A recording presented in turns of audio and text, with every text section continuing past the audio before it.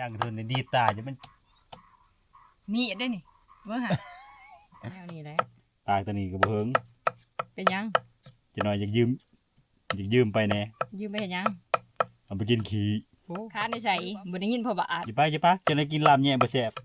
นี่แหละต้องมันแซ่บกว่ายุบจักบาทดูนี่คำตาสวด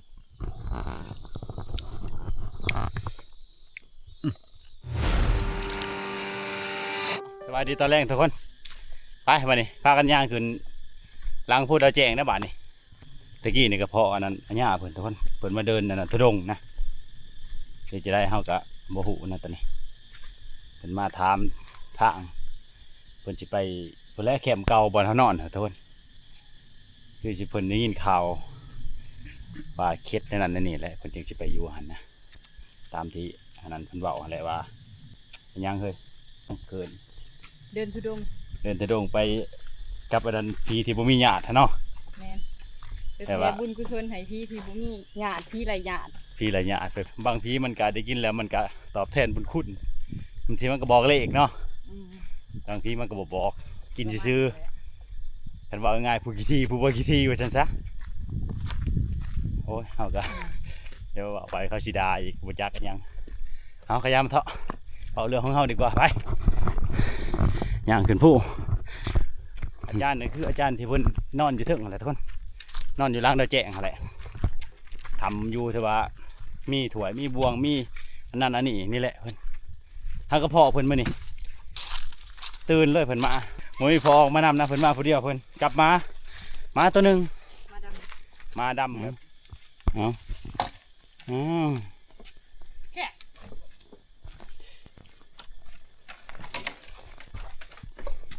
อาไปโอ้พอจิบืนขึ้นพักพูดแต่พอแห้ง ยังไข่เนี่ยเทวบดเด็ดไปได้เมื่อยนะนั่งพักผ่อนก่อนมาเล่นไหนจักเขาสิไปหาอย่างนั้นมาเล่นนี่บางทีก็อาจจะไปหาฟังรหัสมินทุกคนมินอยู่ร่างระแจงนี่ลายนะจ่ายเบิ้งนะเดี๋ยวสิพาแม่ลงไปหาหลอกเบิ้งฟังนะพอแห้งทุกคนย่างคืนนี้จะเหาะแล้วย่างอีกพักหนึ่งจะได้เฮ้ยไหวบ่ขณะว่าคืนตอนแดดอ่อนนะหอนหลังเดี๋ยวแจงเดี๋ยวทุกคนเฮาก็ถือว่าบริมาเฮิงเติมนะเป็นเดือน2 เดือนไปเลยกันบ่กลัว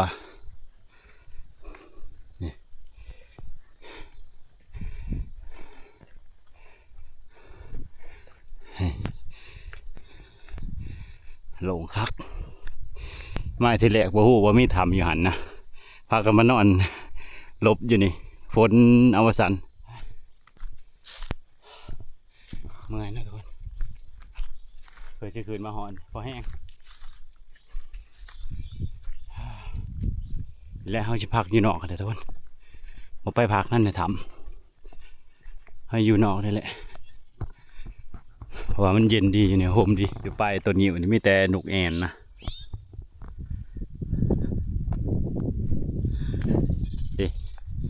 ยังบูบินเชยอยู่พูไปแล้ว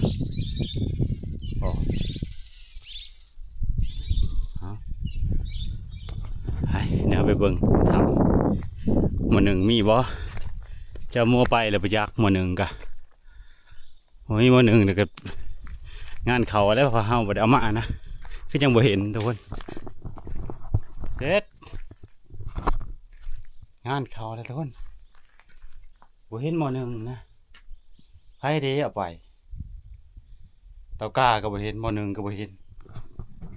นี่โอ้ยพวกใส่นี่สมควรใช่แล้วก็บ่มีอันนะเจ้าเขาเสื่องไว้บ่จักว่าที่นี่ข้าวสารหันยังนี่มีข้าวสารคนอยู่นี่แต่ว่าหมู่หนึ่งนี่บ่เห็นงานเขาบัดนี้มุ้ยหมู่หนึ่งเขาเอาไปเลย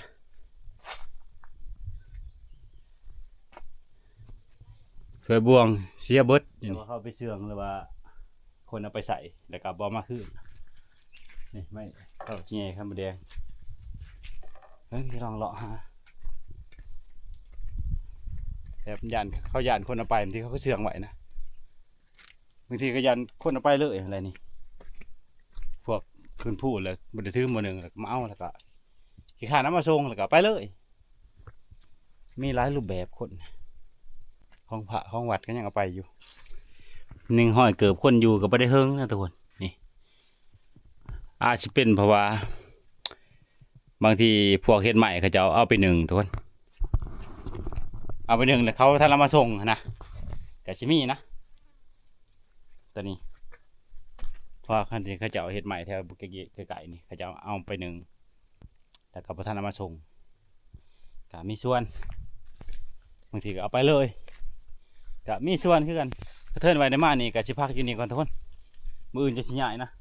เพราะว่ามือหนึ่งเฮากับปลาพุ่นอยู่ทำกระสวยผู้จะว่าเขาเอาไปหรือจักอาหารกะแต่ก็อยู่หลุมเฮาก็บ่ได้เอาขึ้นมานะเอาแต่หวดขึ้นมานี่เพราะหวดนี้มันเพ่นะเฮาก็เลยเอาขึ้นมาไม่ได้ไปเลาะทางใดนะเผาเมียมาปลารอบนี้โอ้ขันตกนี่บ่ได้ตกต่ำผูอูนางเล่นใครจะไปผูกหันกับมือแดงลายแต่ โอ้ยอย่ามามันขับนี่จะไปทางใดไม่แรงลงไปเลาะทางหุ่นเลยเนาะอายังหอนไปบ่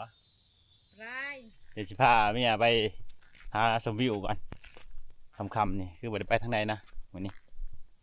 เป็นที่เมื่อยๆแน่แล้วก็นั่งกับสิบหันอยู่พอดีครับทุกคนก็เลยบ่ได้เลาะทางใดเพราะว่าอยู่เดาแจ้งเนี่ยบอลเฮาสิไปหากินเนี่ยมันไกลนะทุกคนคือเราต้องลงไปจ่ายหลุมแต่นี่ฮะฝุ่นก็ระดับ2 กิโลก็เลยบ่ไปนะถ้าไปมันก็เสียคำมันก็สิดนนะก็เลยอยู่มื้อเช้าคนแหละจังสิเลาะเบิ่งแค่ว่านะสิเลาะเท่านี้แหละมื้อเช้าไปถึงหมดแล้วเบิ่งบรรยากาศเลยว่าธรรมชาติตอนแรกนะ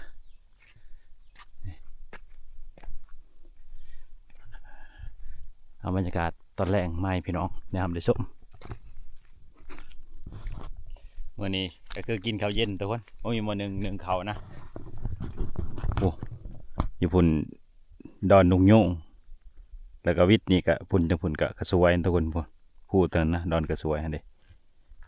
ใกล้เติบด้วยตัวนี้ครับพุ่นระดับเกือบ6-7 กิโลนี่หูหยาบเลยนี่มันเข่าแล้วนี่มันอ่อนเลยนี่แต่ว่ามันอยู่ในคันขยองนะทุกคนเอาจีฮานบุขุดเอาเฮ้ยนี่มันอยู่นี่นะนี่เอาบรรยากาศตอนแรกเนี่ยแหละทุกคนนี่พูนเดือนให้เดือนตัวนี้ตกไปเลยจังจะได้ไปอันนั้นสายตานะนี่เอาคุณมาถ่ายพี่น้องได้เห็นเท่านี้แหละทุกคนแล้วก็จะลงไปนะให้กินข้าวกินน้ำเพราะว่ามันคำแล้วมือสาวจังว่าอันนั้นใหม่เนาะ จ้ะเดี๋ยวมื้อเช้าก็สิถ้าว่านั่นก็เฮาสิเลาะหายิงไก่เท่านี้แหละมีนะไก่ลายได้แต่แจงนี่โคนอีเกิ่งทุกคนเอาคำแล้วบัดนี้ไปหากินข้าวกินน้ำแมลงสิพาเมียหาตายตากับแมลงนี่จักสิไปทางใดเลยทุกคนคันว่าบ่คือก็อย่าบ่ได้ไปนะนอนแจ้งเอิ้นเช้าจึงย้ายบ่อนมาปั่นข้าวนำกันทุกคนกินปิ่งไก่ตัวเฮาได้ตะเว้นแล้วทุกคนนี่เมียเพิ่นปั่นก่อนเลยบ่ได้ไปทางใดนะแต่ว่าเฮาได้ยินเสียงปืนอยู่บาดหนึงทั้งหมดทางกระสวยพุ่นคือสิเป็นคนอยู่นะทุกคนทางนั้นมื้ออื่นเฮาว่าสิไปพุ่นรุ่นนี้ต่อบ่ได้แล้วนี่บ่ได้ไปทางใดอยู่ทุกคนมื้อนี้อยากกินข้าวแล้วก็ยันนอนอยู่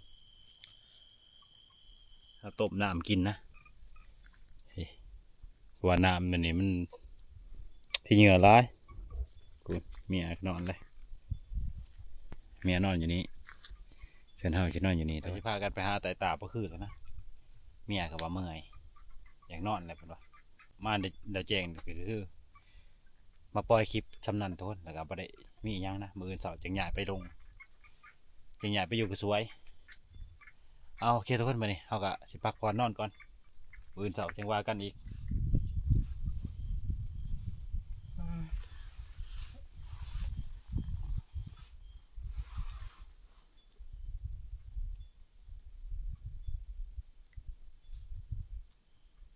เอาสบายดีตอนเช้าอีกเทื่อหนึงทุกคนขึ้นมาเอาโทรศัพท์นะปาโทรศัพท์ไปนี่อัปโหลดคลิปกับบ่แล้วทำแบตเบิดซะก่อนเอาฉันเมียกะยังนอนอยู่นี่ทุกคนนี่บรรยากาศตอนเช้านะนี่ไปลงไปลุมไปแหละเชียหาเลาะต่อไก่ก่อนโทรศัพท์สิป้าวันนี้นะให้มันอัปโหลดคลิปก่อนนั้นยังบ่ทันแล้วอยู่นี่ป้าวันนี้เอาแล้วให้เมียขึ้นมาเอาฉันเฮาสิลงไปต่อไก่แถวลุมก่อนหรือว่าเลาะเบิ่งต้นมะปรางแถวจ่ายอยู่ลุมพุถ้าว่ามีต้นมะปรางนี่จะได้กะรอบหน้าจังสิดักนะทุกคนเอารอบนี้ไปใส่บ่ได้ดอกขันมาก็มีอันนี่สิทุกคนเมื่อคืนนี่ก็ว่าสิไปเยื่อกับว่าเมื่อยปวดแขนปวดขาเพิ่นว่าบ่ก็บ่ได้ไปนะฮะไปว่านี่เบิ่งบรรยากาศเลยทุกคน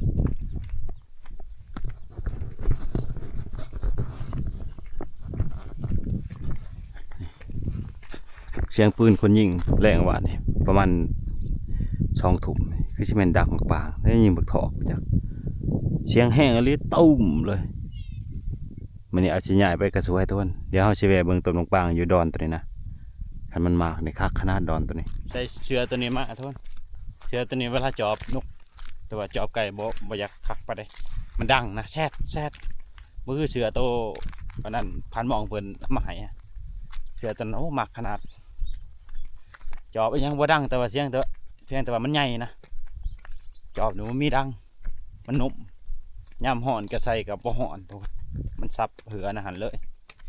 แล้วก็มันก็บ่ดังพร้อมเฮาจอบเฮาหยังนี่คักมักใส่เชือตัวนั้นเราเจ๊อันนี้สมซื่ออีหลีทุกคน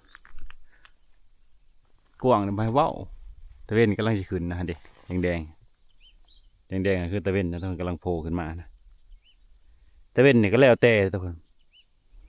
บางเทื่อขึ้นอยู่พี่นะตะเวนอันนี้มาวันนี้ขึ้นอยู่พี่โอ้บางทีก็ขึ้นบนนี่นะตามที่เราเคยมาอยู่ดาแจงเนี่ยทุกคนน้อยนักที่จะขึ้นทางนี้นะฮักก็มันนี่เลยเด็กปกติมันจะขึ้นทางผู้เขาจีทางนี้นะโปรรถบอลนี่อันนี้กำลังขึ้นแดงในกล่องอาจจะเห็นเขียดเมียเขาจับเมื่อคืนนี่ทุกคนนี่เห็นไล่เติบเด้โอ้โหไล่เติบนะทุกคนเอาแห้งถ้าตื่นมาเดี๋ยวนี้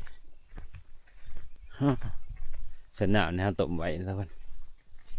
ต้มกินทางไว้นี่คอยจะไปหาเลาะยิงไก่ก่อนเด้อเวลาจะขึ้นไปเอาเด้อโทรศัพท์อยู่พุ่นถ้าอัปโหลดคลิปไปทันแล้วจะไปหาเลาะยิงไก่ก่อนผ่านโพทุกคนพวกอยู่จ่ายลุมพวกจ่ายบอลเขานั่งแต่ว่าไปพอกันกับพันที่อย่างตอนเขามานั่งบางหันฮะโพอยู่ไปดิยังโผล่อยู่ทุกคนฮะก็ตามนะเดี๋ยวเราไปนี่สิเลาะไปหาบอลมันโผล่ไปเลยโอ้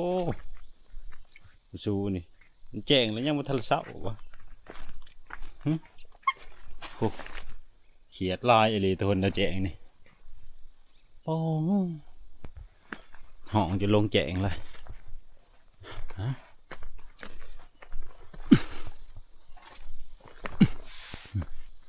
อยู่นี่ก็มีนะทุกคนทำนะอยู่นี่จะเป็นก็ขึ้นสูงเติมเลยไป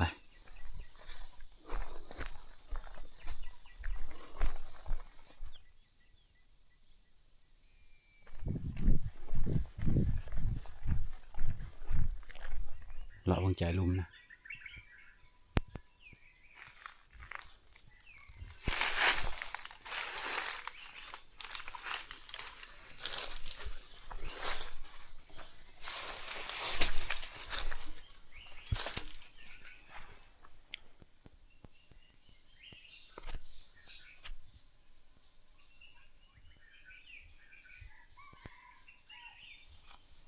ไก่คันปักลุมโอ้ต้นบกตัวนี้ปีนี้ดอกไอ้คือเก่าต้นนี่มันกินกระจายเทด้วยต้นนี้ให้ชะลอจ่ายแต่ต้นถ้ามีก็มีจ่ายนี่แหละมักปางเพราะว่าอยู่หันต้นหนึ่งนะเขาจะไปเบิ่งหันเลยจ่ายหน้าพานะต้นนี่บ่เอาทับเบิกเบอร์ต้นบ่เอาเจงเกิดเดี๋ยวไปตายอยู่ลุมตายอยู่ห้างเพิงนะครับว่าคนนี้นี่นะคืนง่ายอยู่นี่คืนน้ำเกลือนะพอได้แต่คืนเป็นคืนไปเอาง่ายอยู่ตัวนี้แต่สำหรับเฮานี่บ่เป็นได้นะเบิ่งหมิ่นมันมากินต้นนี้นะนี่คือหมิ่นนะต้นกินนะ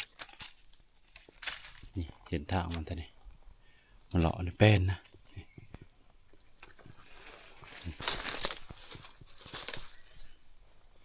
นี่มีทางมัน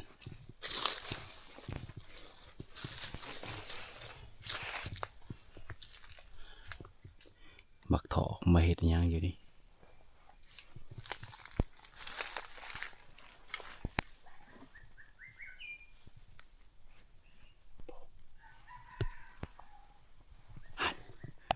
บดนี่ไก่คันดีทุกคนต่อกับเขาดีแต่ว่าเฮาว่าได้เอาโทรศัพท์มานะ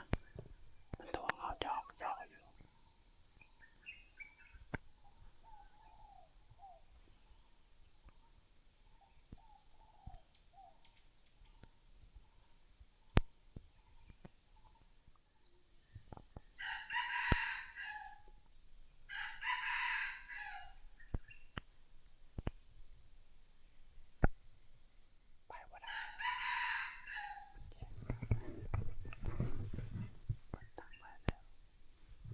เปิดทางไปแล้ว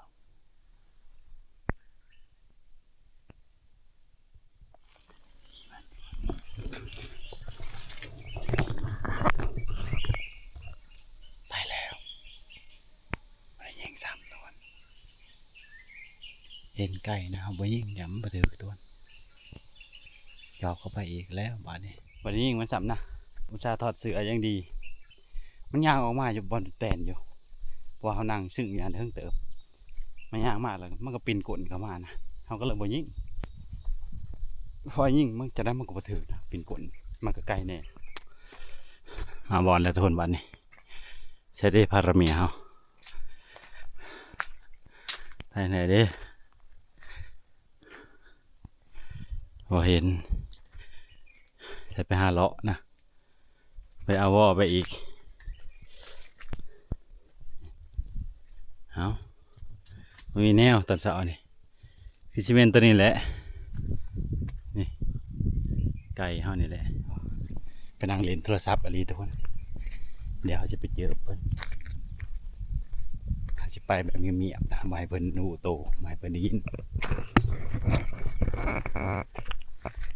ไก่กระตากทนไก่ตัวนึง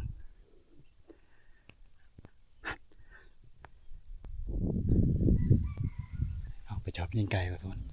มีหาปลาไปนี่ก่อนไปยิงไก่ก่อนตัวหนึ่งคันญี่ปุ่น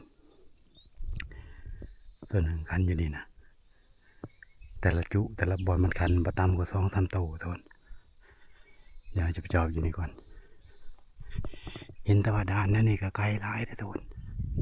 คันอยู่ดอนนี้อ๋อยาโอ้แล้วไปคันดอนตัวนั้นเลยโอ้แล้วคนละตัววะยันตัวต่างหากนะตัวนั้นนี่นะคันบางยานะอยู่นี่นะครับตัวหนึ่งอยู่พุ่นไปตัวพุ่นแหละไปหาเมียเลยหลัดเบิงทางนี้ก็บ่เห็นทุกคนออกโปโลมาทางนี้นะโอ้เอาขึ้นไปทางนั้นแล้วก็โค้งมาพี่โปโลอยู่นี่จานท่านก็ยอกนะอยู่พุ่นนาพาดาวแจงไป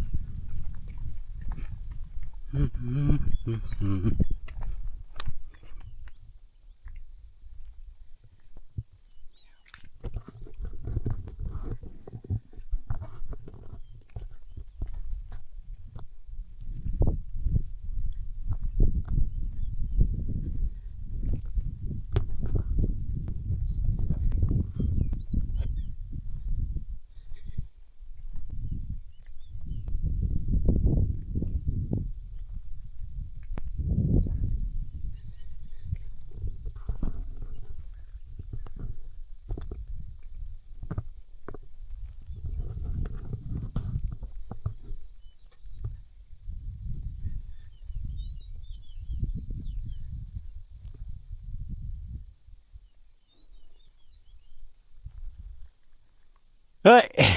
เจ็ดยังเฮ้ยฮะ เจอกับพัวขนาดเรามาหาเจอหมู่ อ้าว เจ็ดยังอยู่นี่ เจอเหตุก็ตื่นอยู่โลด อ้าวเห็นยิ้มเปื่อยแม่นเสร็จกับบ่าวสักหน่อยบัดนี้ฮะโอ้มาลักผัวเสร็จกับบ่าวสักหน่อยเห็นยิ้มเปื่อยตัวปลาแล้วเอา เอ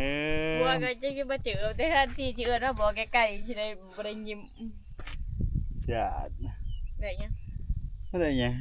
ก่อนหินตัวนี้ทุกคนมันตั้งอยู่นี่ด้วยนี่แต่ว่าจะได้ลมพัดก็เลยจะมันสไลด์ลงพีเลยนะนี่สไลด์ตกลงมาอยู่หลุมนี่ก่อนหินตัวนี้โอ้ย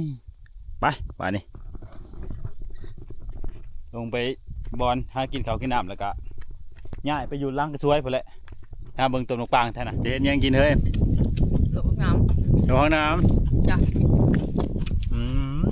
นอน ตกแบบนั้น เนาะเขาเย็นทุกคนไก่ห้องแล้วเขากินเขาเย็นนะมาทุกคนกินข้าวน้ำกันไปเนี่ยอาหารเช้าห้องรอพังน้ำกับไก่ ไปคนมา คักเจ็บนะเพื่อน อืม นี่เหรอเนาะ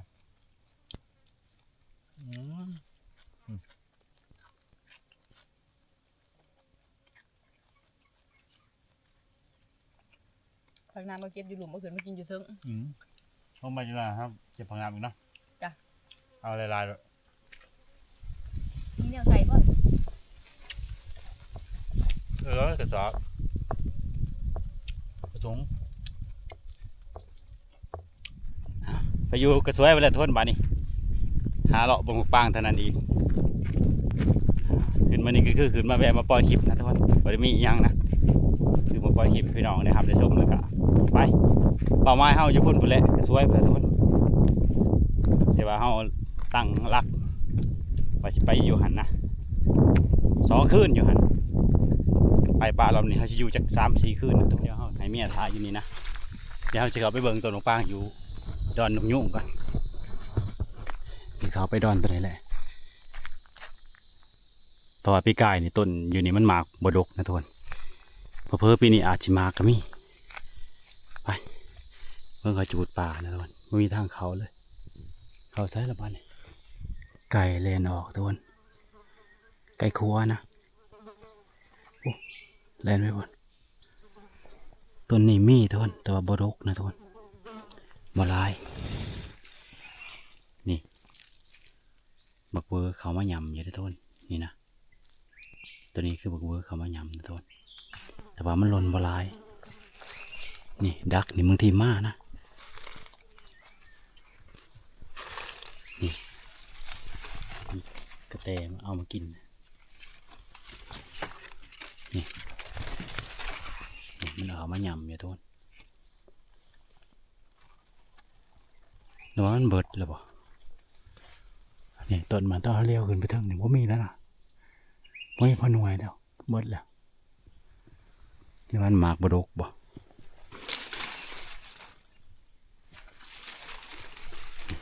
แถวนี้พี่ต้องห้อยมันเขาแป้นบัทีเรากินบักเวอร์นะมากินนี่เห็นนี่แบบหมากมันประทันละสุกพอไปได้มันมากินนะทุกคนตัวสุกตัวประทันสุกนะนี่ทางมัน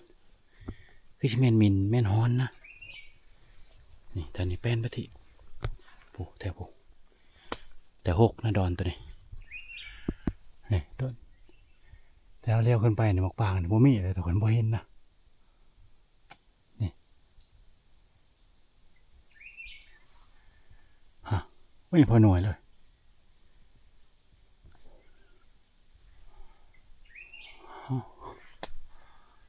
ต้นญี่ปุ่นกับบ่มีฮะถ้ามีนี่เห็นนะมันมาเกิดแต่สุดก่อนหัวแห้งทุกคนจนมันหล่นถิ่มลายแล้วนะนี่มันหล่นถิ่มลายแล้วนี่พวกนี่มีห้อยผ้าอันเข้ามานี่นี่ห้อยใจห้อยผ้านะทุกคนห้อยน้อยๆนี่ ผ่านกับเขาไปมันเบิดแล้วมันมากแต่หึง มันหล่นบนบ่ จ้ะมีเลาะด่านมานี่พอแห้งอยู่หรอกแดดทางเนี่ยโอ้คนเที่ยวตลอดจะได้เฮ้ยไปบ่สลบบ่จะได้ซะอันสิไปตอนค่ำๆกับมันสิฮอดผลมันก็สิค่ำไปตอนแดดเลยมาเรื่อยไก่ฉันมันดกจะแทะนี่หมากซุกก็มีนี่ ใช่ ซุกเลยนี่ ตัวใดสุก นี่เด้นี่ เหลืองๆนี่บ่ อืม ต้นนี่ โอ้ยนี่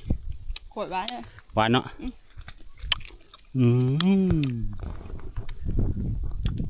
ต้นต่ำๆทุกคนไม่ต้องคืน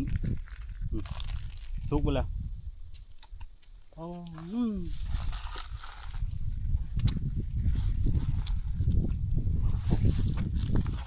โคตรอะไร แซ่บดีไปอยู่ หวานเจี๊ยบมาเฮ้ยให้เก็บเอาก่อนเลยไปกินน้ำทางไปอะไรผมแม่นวดมีแต่เนื้อสุกนะ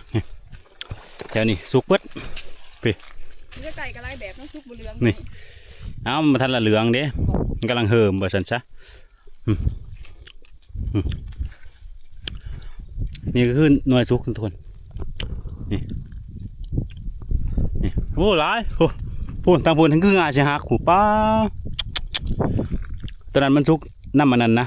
แบบไฟใหม่แล้วมันลวกมันสุกตัวนะหลายเติมเขาเก็บได้นี่คือมีแต่หมากสุกเลยทุกคนนี่มีเป็นหน่วยสุกได้นี่เก็บไปกินนะข้างหน้านะเฮ้ยเนาะมีแต่หน่วยสุกเพิ่มพอดีคัก ตัวนี้เราก็อยาก หวานเจี๊ยบนี่ จะมาไม่ได้แต่ก็บริเก็บไปฝากไว้ เออ ฝากจะมาดี เบิ้งมัมจากบาทก่อนไป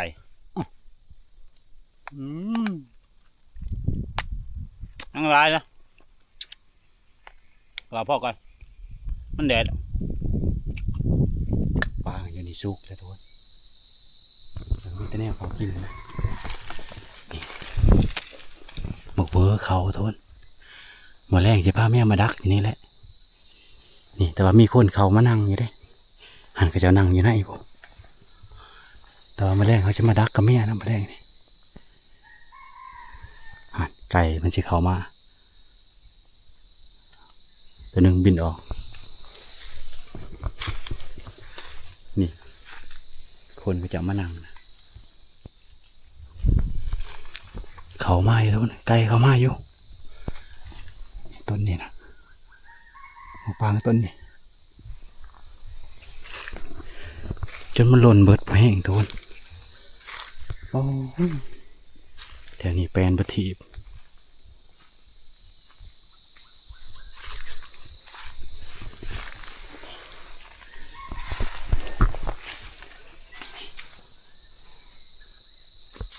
โอ้ในห้องเก็บบ่ออกทุกคนทับไก่ล่ะงัดช่องจำเถื่อสับใส่ช่องเถื่อก็บ่ออกบาดมันชิบได้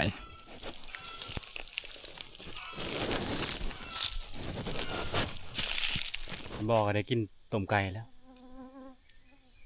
ซับไก่ๆเนี่ยมันแลนมามันคิดว่าหมูมันย่างมากนะซับตะมิดมันกับท่านเห็นเท่านะแนวห้องเก็บบ่เฮียทุกคนซับตึ๊บงัดอีกงัดกับบูยูทุกคนเพราะว่าย่างอันนั้นย่างแนวดึงอันนั้นไก่เฮาหันมันอันนั้นเบิดคุณภาพนะทุกคนมันเฮียไปแล้วต้องเอามือเตาะนะโอ้ยมาเป็นจังหวะนี้นะใช่แบบมันขาดซองเถื่อห่างกับวิวมันนี่มันเห็นมันหอบตอนนั้นโอ้โหใช่ได้ว่าชิป้าอยู่ทำกระสวยนั่นแหละแต่ว่ามันไม่มีน้ำใส่นะน้ำมันอยู่เถิงคุณน้ำใส่น้ำลำบากก็เลยชิไปอยู่รุมบ่อนเขาอยู่คนแหละมันนึงเขากระเชืองไว้อยู่คนแหละไปเดี๋ยวเขาจะขึ้นไปเบิ่งตัวตรงกลางตัวเขายิงบักเบิร์กับพาลอยเอาเครื่องไปว่างหอดบอลท่านทุกคนพอแห้งนะพาเมียน้ำมาแดดเพื่อชิหอดนี่เอาเดี๋ยวเขาสิไปเอากบอยู่หันขอโทษก่อนเขาอันนั้นตะกี้ฮะไปพอได้แกงกินตอนเพลนนี่ ถ่ายอยู่นี่เลยเอากบก่อนอยู่นี่แหละกบกับบริไก่ทุกคนกบอยู่กระสวยนี่ไม่ใช่ใหญ่ๆนะอยู่นี่มันมีมั้งกบมันมีนะอยู่นี่โอ้ยมีอยู่ทุกคนมีอยู่นี่มันขึ้นมาได้ยี่ทึ่งนี่นะเห็นมาทุกคนนี่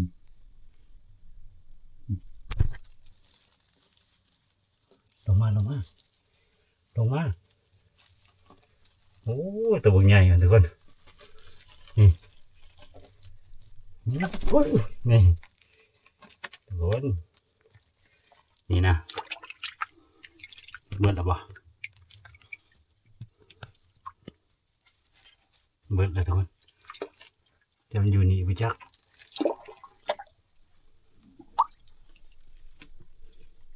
ตัวเดียวนี่แหละ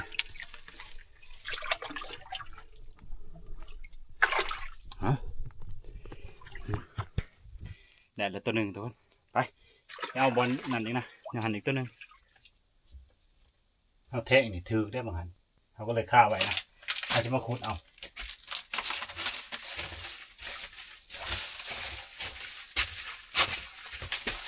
ตัวนี้ใหญ่แล้วก็ลงตัวนี้เราเห็นมันโดดขึ้นนะโอ้ไม่ได้ทำทุกคนสองตัวนะตัวหนึ่งโดดลงน้ำเลยส่วนตัวหนึ่งหันเขาแทงถือเลยจักไปทางได้เสียเลยนะไปเดี๋ยวนั่นแหละเอาค้างไว้ในโบกตัวนี้นี่ไปเอานี่กบได้กบตัวหนึ่ง นี่ให้ได้ตัวใหญ่ โมเมนต์ตัวนี้ตัวนั้นบ่ได้ซ้ เคยได้มูมาแล้วมือบ่ว่า ำนึ่งเขา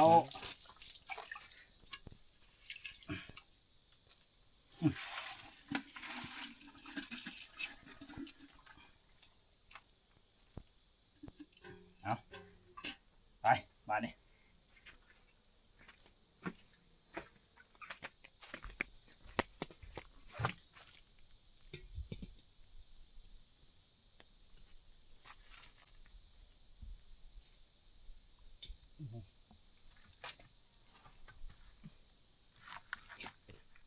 เฮ็ดหยัง อาบน้ำซักเกลือแล้วบ่ อาบน้ำซักเสื้อโอ้คักน้ำบอลอาบน้ำจะให้มาสับสอนจ้ะโอ้แนวนี่เด้ออาบน้ำในตี้จ้ะเอาอาบน้ำกันบัดนี้โอ้เขาก็ข้างมาหันแล้วกินข้าวกินน้ำแล้วจะขึ้นไปเบิ่งต้นปางอยู่นี่ถ้าว่าบ่คือก็สิพาเมียไปนั่งต้นปางตอนละต้นแต่ว่าบ่มีนะปางเบิดแล้วพี่หยาบก่อนทุกคนไปสิอาบน้ำครับ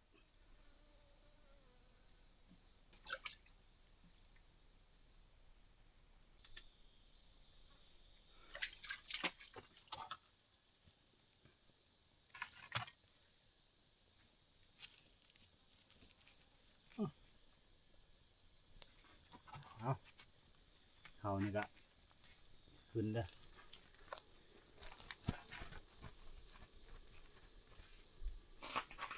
นี่พิษจะอีก กินจำแจวแล้วเนี่ยเลยน้อยเดียวเนี่ย จำเจียวปะโอ้ยก็บอกก็ได้กินไก่แหละ เป็นไง เมื่อเปลี่ยนย่างก่อนย่างมันอ่ะนะ เป็นยังคือบ่ได้คอยระว่ามันตื่นเจ้าได้ยินเสียงมันบินปุ๊บ ไปยิงแล้วมันในห้องเก็บมันบอก เฉพาะว่าอารมณ์บ่ดีมาหายข่อยอื่นข่อยบ่ได้ยินค่ะ 8 เถื่อ8 อยู่ในอยู่ในลำคอไผสิได้ยินคือหมู่ ลำคอยังห้อง ห้องยังข่อยได้ยินบาดเดียวมันยังข่อยย่างข่อยออกมาข่อยเอิ้นเจ้าได้ซะพ่อเจ็ดจะคือบ่คานข่อยซะ ก็พยาคาร แฮเจ้าเฮงว่ากวนอันนั้นแหละสนนองแล้วบอกจังซั่นค่ะก็สิเว้าอีกจังหนึงก็คือจะสิบ่สุภาพโพดพักแห้งบ่ได้มันสิผงเบิดพี่น้อง มันพงโลด มันจะบ่ได้กินตี้มันแห้งน้อยเดียวนี่ เจ้าก็เอิ้นแห้งเม็ดตะโกนจนคอสิแตกแห้งยังเม็ดโย บ่ได้ ไป ยิ อยู่ น ไส บ่ได้ยินบ่ได้ยินอีหยังพอบาทเลย ไปอยู่ไสคิดในใจดังเทินดีตาจะมัน มีดได้นี่เบิ่งค่ะ คือสิขักนะ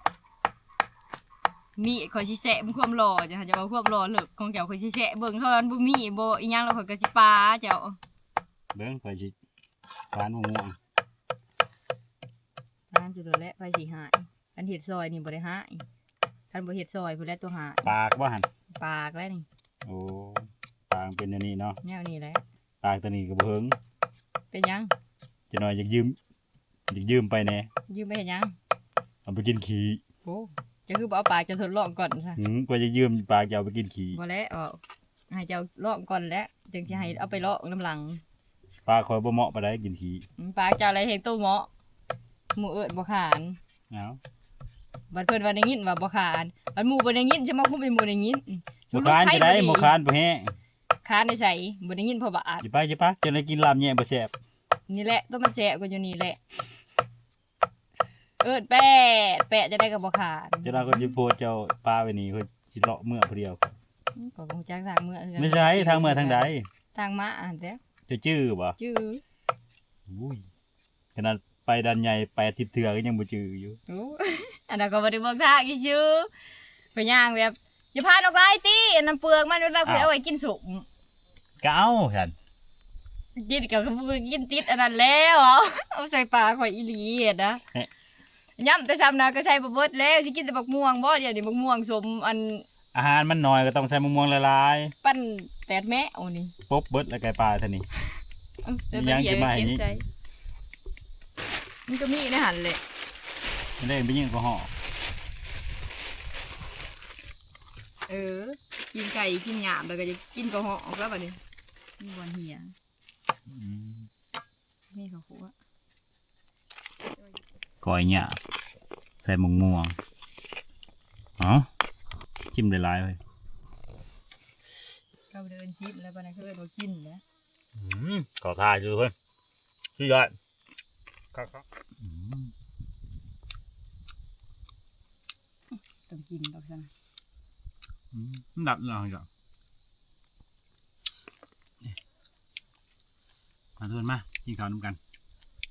ข้าจะพิดกันมาทุกคนมากินเขาวนั่งกัน ก้อยเงียบข้างเนาะ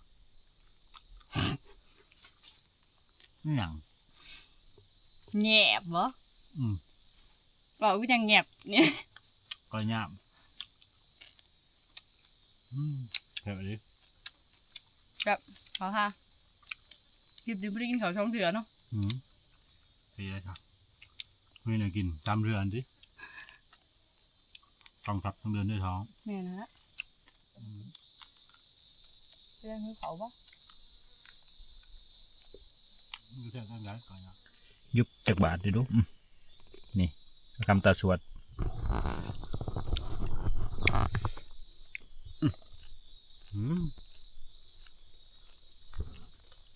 ผักอยู่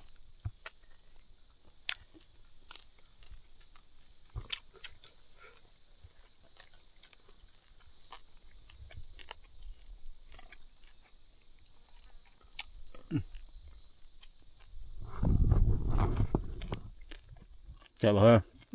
ผัก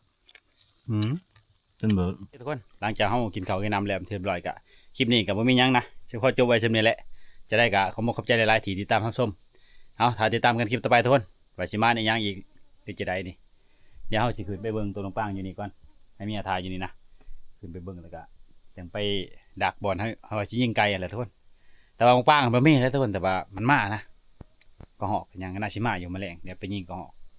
เอาโอเคทุกคนถ้าติดตามคลิปต่อไปนะ